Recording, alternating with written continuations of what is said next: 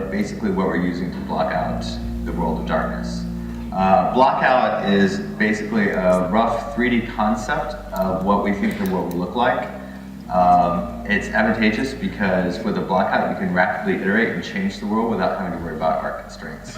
So here you'll see that I've blocked out a small little island. You can see all the different volumes that you use to create this island.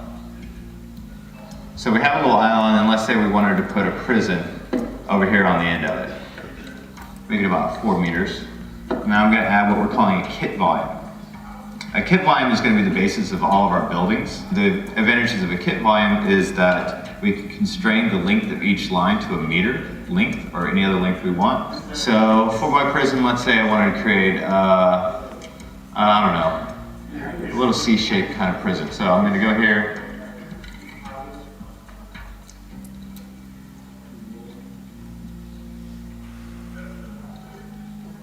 All right, so now I have the quick rough shape of my building that I want to create. So let's go back to our perspective view real quick. See where it is. Okay, I want to move it up a little bit. Put it on top. I'm going to go ahead and bake that so I can see exactly what it is we're sitting on. And baking is the process of actually creating the geometry of the object. Now I want to add some sort of gates in there, so I'm going to bring in another kit volume. I'm going to move its pivot point to one of the verts so I can easily snap it, duplicate it, powers of my gates. Let's have them go up. All right. Let's say we want to add a quick little side building. I'm going to take the same volume, duplicate it again. I want this to be, let's just say one little one-story out building. Another kind of volume that we're using to block out the world of darkness is what we call a mesh volume. And a mesh volume is similar to a kit volume. It works the same way, except that it's not constrained to any metric, so we can make any shape we want with it. So I'm going to bring in a mesh volume. What I'm going to do here is I'm going to actually add a little bit of more terrain below this outbuilding so it's not hanging over the edge. Along with like snap to vert and snap to grid, we also do a snap to face. So I can hold down a modifier key and move this point and be assured that this point will slide along this cliff face and never go through it. What's nice is that I can easily quickly describe all these points. Make a nice little rocky outcropping. All right, so let's bake that, see what it looks like. There you go. And using these simple volume tools, we're going to be able to lay out the entire world of darkness. The Genesis tool is a population tool which we use to rapidly generate and iterate on the building structures for World of Darkness. More specifically, the Genesis tool inputs collections of individual art assets, which we call kits, onto the volume blockouts created by our level designers. Here's a kit. It is a series of individual art assets which, when reassembled in an expected way, will form into a residential brownstone structure. What we see here is a kit building volume, which is representative of volume our level designers would create.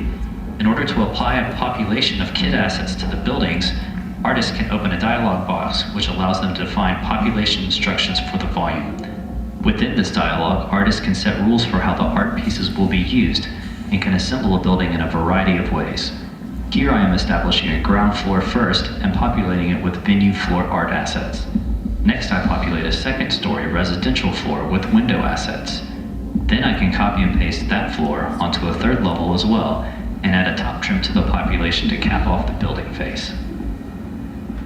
Because all of the art is populated according to artist-created rules, we can quickly test other variations or results simply by rerunning the populations. Here I rerun the populations on the residential floors. This quickly generates variation in the window population results. As a detail pass, I go back through the populations adding some trim assets and columns to the ground floor. At this point I'm pretty happy with the base results, so I move forward to copying the entire population results for the front face over to the first side. Because the population results are rules-based, the length of the side wall doesn't matter. Next I replicate that copy and paste to all the other sides of the volume, resulting in a fully populated building.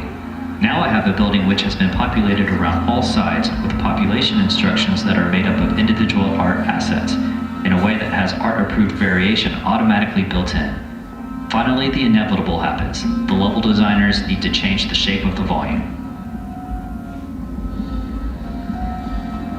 Now that the building volume has been resized, I can easily rerun the populations for the volume and regenerate all the art assets to fit the new building dimensions.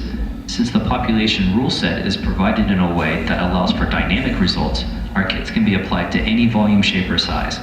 The built-in variant probability of the art and the kits provides us with the guarantee that no two buildings will look exactly the same, but all will meet our art and architecture expectations. This is the Genesis tool at its base functionality. It allows us to quickly generate and iterate on building structures for the world of darkness. We're looking forward to showing off the full suite of its features in the near future.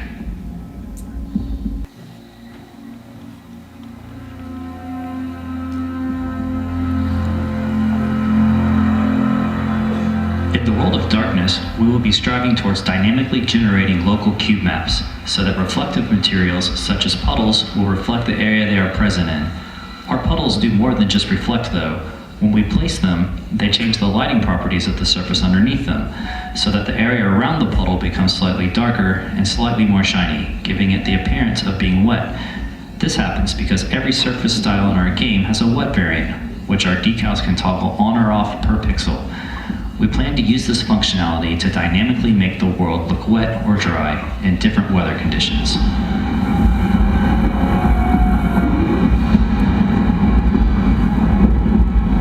In the effort of adding even more wetness to our world, we've created a water decal shader. This shader scrolls through a normal map, affecting only the render pass of its normal. This technique gives us the appearance of running water.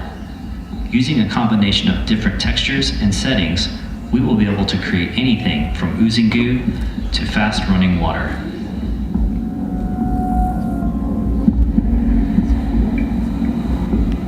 Utilizing a normal map to create a distortion of the background image, we can create a wide array of glass-type surfaces.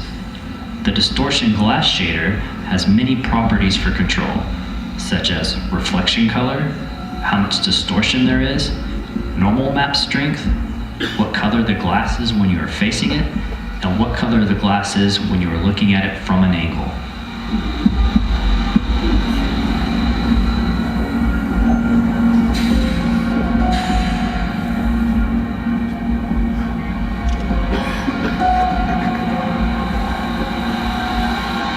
Animated props are essential to make our world feel alive. In addition to standard animated and state props, we also have the functionality for driving animation through our shader system. Here we have an asset that has its fan blade axis set in Maya, so that the rotation happens around the correct pivot. With this shader, we are not constrained to a pre-made animation, but can control the speed at which the fan rotates from within our editor. This also allows us to animate each fan in the world differently per instance of the asset. We also have been working on a number of procedural shaders, one of which is our brick shader. The brick shader utilizes an atlas texture that's comprised of a number of different bricks. We can control different attributes such as how the bricks are offset, the overall color of the bricks, and how the grout between them looks entirely from within the shader. This shader allows for vastly different applications of bricks at all shapes and sizes with varying looks and feels while utilizing the same texture atlas. For example, we have the ability to control the probability of how often a certain brick appears, which gives us an advantage over regular tiling textures in that our brick wall can be a totally random composition every time, while costing only a fraction of the memory budget. Our window shader adds depth to our buildings with interiors that are not actual geometry, but are created entirely from the shader. Also, across an entire building, we have the ability to set a percentage of windows that are on or off, and what percentage of the on windows can give the impression of someone inside watching a television.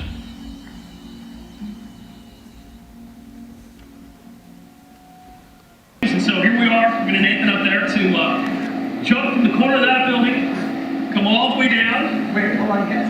We gotta make sure that the jump distance is gonna be at least 20 meters according to design docs specifications. 20 meters. Yeah, don't worry, man, don't worry. We got this real soft area out here for you. Just make sure you hit this. Now, a couple of other things to note. When you're about halfway through your arc, we want you to go left. right? Because we want to get that really soft, fluid motion, and do not scream. We're doing audio on this. Vampires, very stoic. Can't scream on the way down. All right? You hot? You got this? Let's do this. I am really excited. You have no idea. Yeah. You seem pumped. Time's burning.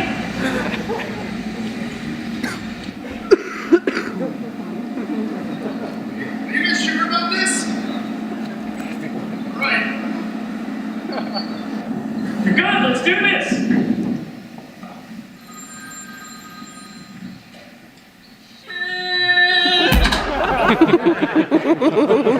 Great job. We gotta do this. We gotta do this again, though. That wasn't far enough.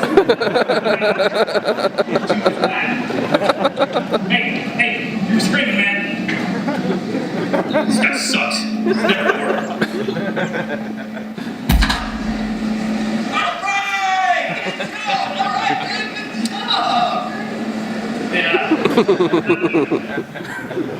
So